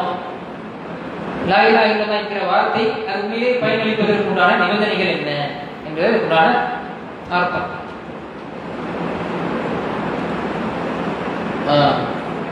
இதை வந்து 7 என்பதாக என்ன செய்யப்படுது, இது வந்து வகுக்கப்பட்டிருக்கு. இப்போ இன்னைக்கு வந்து நேரம் முடியுதோ அவர் கொஞ்சம் பார்ப்போம் சார். அடுத்த வாரங்களில் தொடர்ச்சியான சார் நாம் வந்து பார்ப்போம். ஏன்னா வகுப்புடைய முக்கிய நோக்கம் என்ன, தெளிவாக புரிய வேண்டும், நம்மை விட்டு அறியாமல் இயங்க வேண்டும், ஏதாவது நோக்கம். இந்த நேரத்துக்குள்ள முடிக்கணும்னு பார்த்தோம்னா, ஏன்னா சும்மா சும்மா பயன் மாதிரி இது வேறு. அங்கே நோக்கம் வந்து தற்கீர், இங்கே நோக்கம் தண்ணி. சரியா, ரெண்டு வித்தியாசம் புரிஞ்சுக்கணும். 7 நிபந்தனைகள் என்னது? அல் இல்மு. முதல்ல என்ன செய்யணும்? சரி, முதல்ல பொருள் செய்யணுமா? 7 பொருள் செய்யணும். அடுத்தடுத்துக்கு போவோம். அல் இல்மு என்றால் அதை குறித்து அறிந்திருத்தல். இரண்டாவது யகீன், நம்பிக்கை. மூன்றாவது இஹ்லாஸ். நான் வேகமாக தான் சொல்றேன், அடுத்தடுத்து வருதுங்கிறதுனால வேகமாக சொல்றேன். முதல்ல அல் இல்மு, அதாவது அதை அறிந்திருத்தல். இரண்டாவது யகீன், அதை நம்பி இருத்தல். மூன்றாவது இஹ்லாஸ், அதில் மன தூய்மையாக இருத்தல். நான்காவது அஸ்ஸிதுக், அதில் உண்மையாக இருத்தல். ஐந்தாவது அல் கபூல், அதை உள்ளத்தால் அங்கீகரித்தல், ஏற்றுக்கொள்ளுதல். ஆறாவது இம்தியால், அதை நம்முடைய செயல்பாட்டால் அதை என்ன செய்யுது, அதை செயல்படுத்துதல், கீழ்ப்படிதல். ஏழாவது அல் மஹப்பா. அல் மஹப்பா என்றால் அதை நேசித்தல். இது என்னங்கிற விளக்கம் அடுத்தது நம்ம பார்ப்போம். முதலாவது அல் இல்ம். இல்ம் என்றால் என்னது? தாருல் இல்ம், கல்வி, அறிவு, கல்வி, அறிவு. அறிவு என்றால் இங்கே என்ன சொல்லுவோம்? அறிவுங்கிறத விட அறிந்து கொள்ளுதல் செஞ்சால் அந்த இடத்துல கரெக்டான பொருள். இல்மு என்ன அர்த்தம்? கல்விங்கிறது நல்ல பொருள். அறிவு என்று சொன்னால் அக்கல்னால அறிவு தான். அக்கல் இருக்குல்ல, அக்கல், அது அறிவு தான். இந்த இடத்துல அறிவுங்கிறதை விட அறிந்து கொள்ளுதல் செஞ்சோம்னா என்ன செய்யும்? மஸ்தருடைய அர்த்தம், மஸ்தர் கரெக்டாக இருக்கும். அல்ல இல்ம் என்றால் அறிந்து கொள்ளுதல். இப்போ கலிமா இங்கே போட்டிருக்கேன் கீழே, கலிமாவின் பொருளை தெளிவாக அறிந்து கொள்ளுதல். நம்ம என்ன சொல்றோமோ அதை என்ன செய்யணும்? அதை வந்து புரிஞ்சு சொல்லணும். இங்கே முதல்ல நமக்கு ஒரு ட்விஸ்டே வரும். என்னது? நபி ஸல்லல்லாஹு அலைஹி வஸல்லம் அவர்கள் கூறு லா இலாஹ இல்லல்லாஹ் துஃப்லிஹூன் பிரச்சாரம் பண்ணாங்கல்ல ஆரம்பத்தில். நீங்க லா இலாஹ இல்லல்லாஹ் என்கிற இந்த வார்த்தையை நீங்க இந்த கலிமாவை நீங்கள் சொன்னீர்கள் என்றால், நீங்கள் கூறுவீர்களே ஆனால் நீங்கள் உண்மையில் மறுமையில் ஈடேற்றம் வெற்றி பெற்றீர்கள் சொன்னாங்களே. ஆனால் அந்த நேரத்தில் அந்த மக்கள் என்ன செய்யல? அதை ஏற்றுக்கொள்ளல. ஏன் ஏற்றுக்கொள்ளல? ஏன்னா உண்மையை சொல்ற மாதிரி சும்மா வாயில சொல்லிட்டு போற மேட்டர் இல்லைன்றது என்ன செஞ்சிருந்தாங்க? அந்த காலத்து முஸ்லிம்கள் என்ன செய்தார்கள்? தெளிவாக புரிஞ்சிருந்தாங்க. ஏன் புரிஞ்சாங்க அவங்க? அப்படி அவங்க யார் சொல்றாங்க? ஏன் அவங்களை மாதிரி புரிஞ்சிருந்தார்கள்? அந்த காலத்து முஸ்லிம்கள் கூட இவ்வளவு புரிஞ்சிருந்தாங்க. நம்ம சொல்றோம், ஏன் புரிஞ்சிருந்தாங்க? சீக்கிரம் சொல்லுங்க, எக்ஸாம்னா டைமிங் இருக்கணும். நம்ம வழங்கக்கூடிய தெய்வங்களெல்லாம் அவங்கள மட்டும் தான் வழங்கணும். பொருளை வந்து உண்மையாக அவங்க அரபி அதான் அவங்க இல்லைங்க. அவங்க வந்து அரபியில வந்து என்ன செஞ்சாங்க?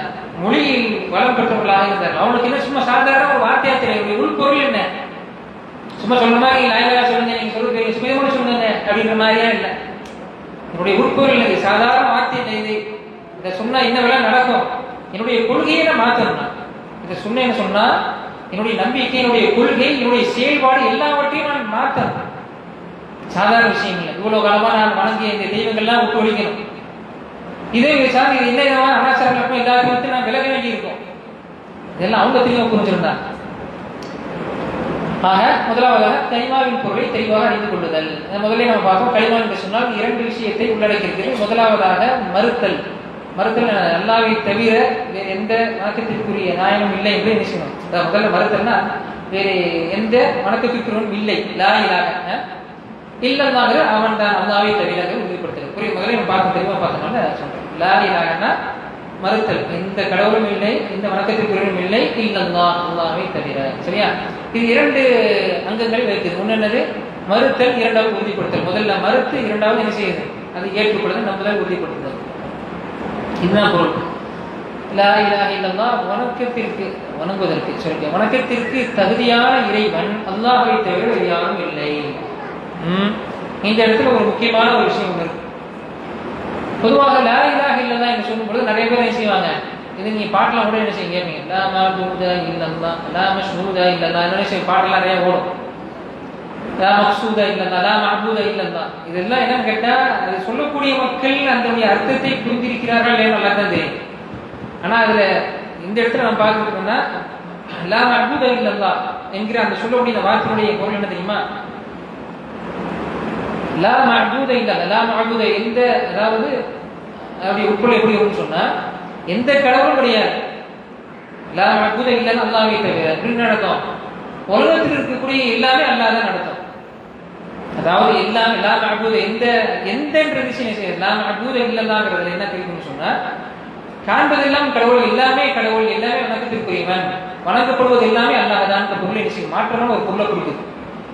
எனவேதான் அரபி மொழி தெரிந்தவர்கள் என்ன செய்யறாங்க, அரபுகள் என்ன சொல்றாங்கன்னா நபி அதாவது இதனுடைய பொருள் எப்போ முழுமையாகும் என்றால் இதனுடைய உள் பொருள் என்ன இருக்குன்னு சொன்னா லா மஅபூத பிஹக்கின் இல்லல்லாஹ். அதான் தமிழ்ல தெளிவாக தான் பொருள் செய்யறோம். என்னது?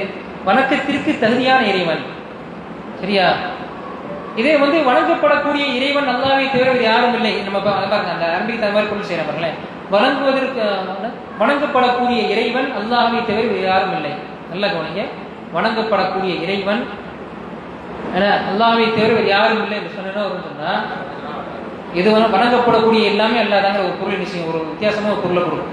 அதனால அதுக்கு உண்டான அந்த அர்த்தம் அது கிடையாது என்பதை நாம் தெளிவாக புரிந்து கொள்ள வேண்டும். ஏன்னா அது நான் சொன்ன மாதிரி வஹதத்துல் வஜூத் இருக்கிறது எல்லாமே கடவுள் என்கிற இந்த அத்வைத கொள்கை என்பது இன்று முஸ்லிம்களிடத்தே சில வழிகட்ட பிரிவுகளிடத்தில் இருந்து கொண்டிருக்கிறது. அவர்கள் தான் இது போன்ற விஷயங்கள்லாம் உண்டாக்கி சாதாரண பாமர மக்கள் நல்ல ஒரு வெட்டை போட்டு நினைச்சுட்டாங்க அதை பரப்பிக் கொண்டிருக்கிறார்கள். இதில் மிக எச்சரிக்கையாக இருக்க வேண்டும். ஆக லா இலாஹ இல்லல்லாஹ்வுடைய பொருள் என்ன? வணங்குவதற்கு தகுதியான இறைவன், தகுதியான இறைவன் அல்லாஹ்வை தவிர யாரும் இல்லை என்று சொல்லும் பொழுது உலகத்தில் இதெல்லாம் வணங்கப்படலாம் இறைவன் சொல்லி, ஆனால் உண்மையிலேயே தகுதியுள்ள இறைவன் என்று இருக்கக்கூடிய யாரு? அல்லாஹ் என்ற பொருளை கொடுக்கும். இதெல்லாம் தெளிவாக புரியுதா? ஏங்க இந்த மாதிரி நம்ம சொல்லக்கூடிய அந்த கலிமாவை நம்முடைய பொருளை அறிந்திருக்க வேண்டும் என்று சொன்னால் அல்லாஹ் சொல்கிறான் குர்ஆன்ல 47வது அத்தியாயம் 19வது வசனத்தில் சொல்கிறார் ஃபஅலம் அன்னஹு லா இலாஹ இல்லல்லாஹ். நபி நிச்சயமாக அல்லாஹ்வை தவிர வணக்கத்திற்குரிய வேறு இறைவன் இல்லை என்பதை நீங்கள் உறுதியாக அறிந்து கொள்வீராக. என்ன செய்கிறார் அல்லாஹ் சொல்கிறான். இந்த இடத்துல நமக்கு என்னது மௌதுஉ ஷாஹித் என்னது? நமக்கு இந்த இடத்துல கவனிக்க வேண்டிய விஷயம் என்னவென்றால் ஃபஅலம், நபியை நீர் அறிந்து கொள்வீராக. சொல்லக்கூடிய அந்த ஏகத்துவ அந்த கலிமா வினைசையோட பொருள் என்ன அறிந்திருக்கணும் இல்லையா? என்ன பொருள் அது? லா மஅபூத பிஹக்கின் இல்லல்லாஹ். என்ன அது? உண்மையிலே வணக்கத்திற்கு தகுதியானவன் அல்லாஹ்வை தவிர வேறு யாரும் இல்லை அப்படி சொல்லணும்.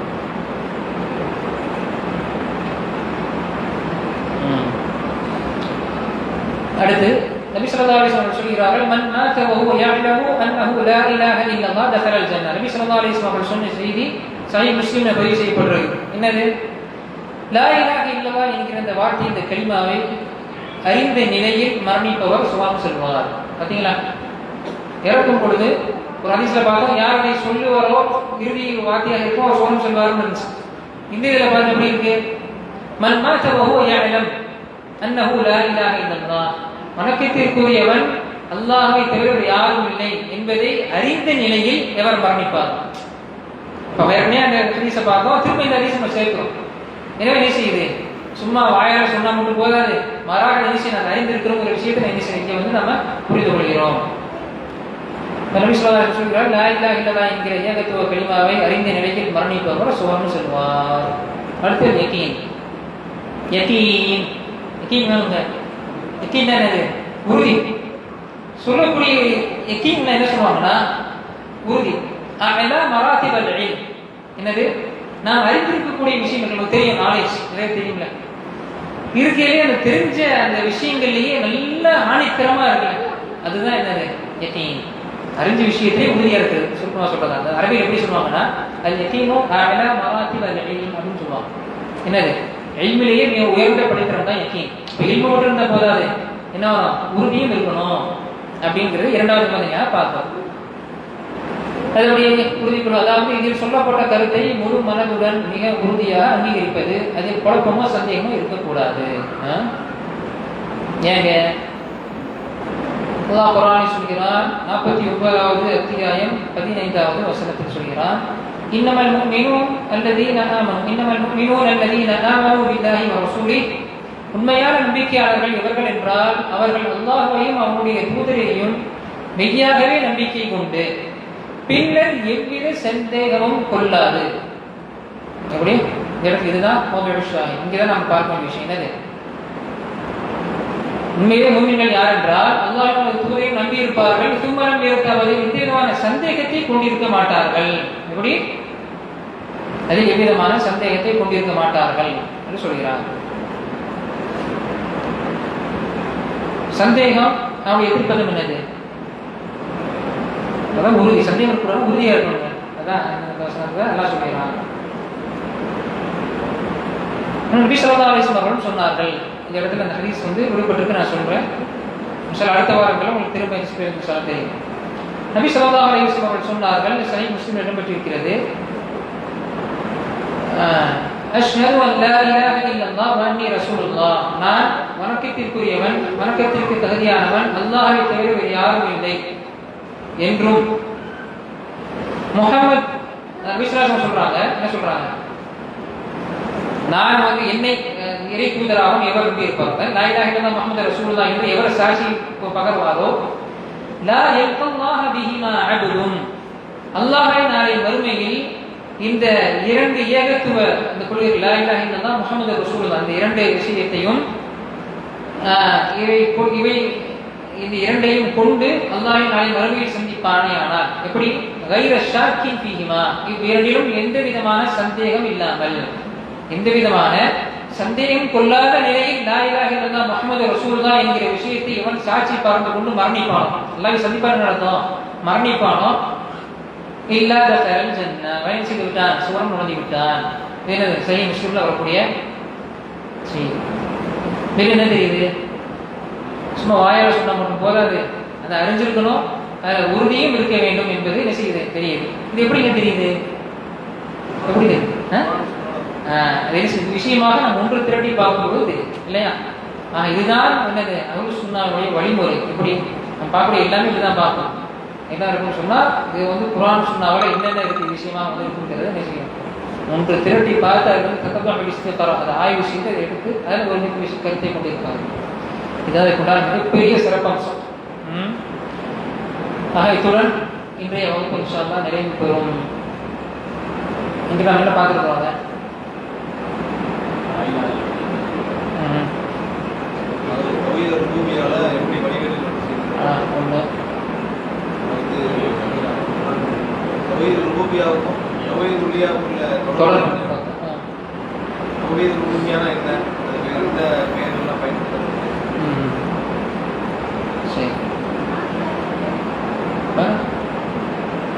இப்போ பார்க்கலாம் பொருள் பார்த்தோம், பார்த்தோம். அடுத்து நிபந்தனைகளை என்ன செஞ்சிருக்கோம்? முதல்ல இன்னைக்கு நாம அதில் இல்மு வல் யகீனை பார்த்துருக்கோம். நம்ம ரெண்டு குணம் தொடர்பு சொல்லியிருக்கோம், அதையும் கணக்கில் வச்சுக்கணும். இல்மு யகீன் குணம் தொடர்பு என்னது? சத்துன்னு சொல்லுவோம். அப்படின்னு சொன்ன நான் என்ன சொன்னேன்? அதுதான் நான் என்ன சொன்னேன், அல் யகீனு அஅலா மராத்திபல் இல்ம், தெரிஞ்ச விஷயம்தான், அதுல உறுதியாக இருக்கிறதுக்கு அதுதான் இல்முலேயே உயர்ந்த தரம். என்ன செய்ய? அதுதான் ரெண்டுக்கும் நான் தொடர்பு. அதனால அதே செய்யணும். அதை மொழிந்தால் மட்டும் போதாது, மொழியும் பொழுது நாம் மொழியக்கூடிய பொருளை அறிந்திருக்க வேண்டும், அதில் உறுதியும் இருக்க வேண்டும் என்று இன்றைய வகுப்பில் நாம் செஞ்சிருக்கோம். இறுதியாக நாம் பார்த்திருக்கிறோம். ஏதாவது கேள்விகள் இருக்குதா? பெண்கள் தரப்புல இருக்கு. நான் கேள்வி கேட்கவா? டைம் ஆயிடாதா?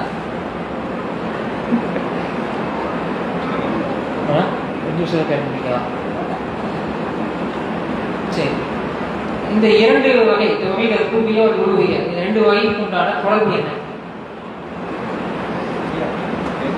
பெண்கள் தரப்பு யாரா சொல்லுங்க, சத்தமா சொல்லுங்க. அதாவது தௌஹீத் அல்-உலூஹிய்யா, தௌஹீத் அல்-உலூஹிய்யா இந்த இரண்டு வகைகளுக்கும் இடையில் இருக்கக்கூடிய தொடர்பு என்ன? என்னங்க இருக்கிற ஏதாவது கஷ்டமா இருக்கிற மாதிரி இருந்துச்சு, அதையே கேட்குறீங்க.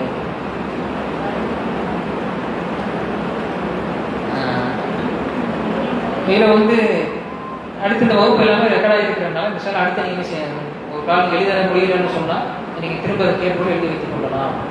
சரி, ஆன்மீக தரப்புலேருந்து யாரும் உங்களுக்கு தெளிவுபடுத்துற மாதிரி இருக்கீங்க? இந்த கேள்வி நாங்களே எதிர்பார்க்கலைங்க நீங்களா? மாஷா அல்லாஹ்.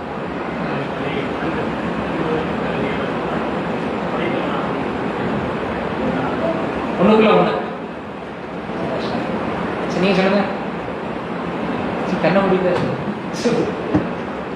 இருக்கிறா ரொம்ப கண்ண முடியும். ஆக ஓகே சிலர் புரிஞ்சுக்கணும்னு நினைக்கிறது கொஞ்சம் என்னன்னா, அதாவது வாசகமாக சொல்லும் பொழுது டக்குனு அது புரிஞ்சுக்கணும். 2 தடவை கேட்டால் தான் எனக்கு மனசில் பதியும். அது நீங்கள் திரும்ப சில வீடியோ நீங்கள் கேளுங்க. நான் ஏற்கனவே சொன்ன மாதிரி நம்ம படிக்கக்கூடிய வகுப்பு, நம்ம படிக்கக்கூடிய அந்த பார்க்கக்கூடிய விஷயங்கள் எல்லாமே கொள்கை சார்ந்த விஷயங்கள். குறிப்பாக இப்போ பார்த்து கொண்டிருக்கிறது எல்லாமே எல்லாமே எவ்வாறு ஈமான் கொள்வது என்கிற மிக மிக முக்கியமான அடிப்படை. அதனுடைய முக்கியத்துவத்தை நாம் உணர்ந்து அதை உள்ளத்தில் நிறுத்தி அல்லாஹ்வின் நன்மையாக வைக்கும். சரி, அந்த எண்ணத்தோடு நாம் என்ன செய்யணும்? நம்ம இதை சொன்னோமோ கேட்டோமோ அதன்படி செயலாற்றக்கூடிய மக்களாக நம் அனைவரும் ஆக்கிரமிப்பதாக. هذا والله تعالى أعلم وصلى الله وسلم وبارك على نبينا محمد وعلى آله وصحبه أجمعين والحمد لله رب العالمين. سبحانك اللهم وبحمدك أشهد أن لا إله إلا أنت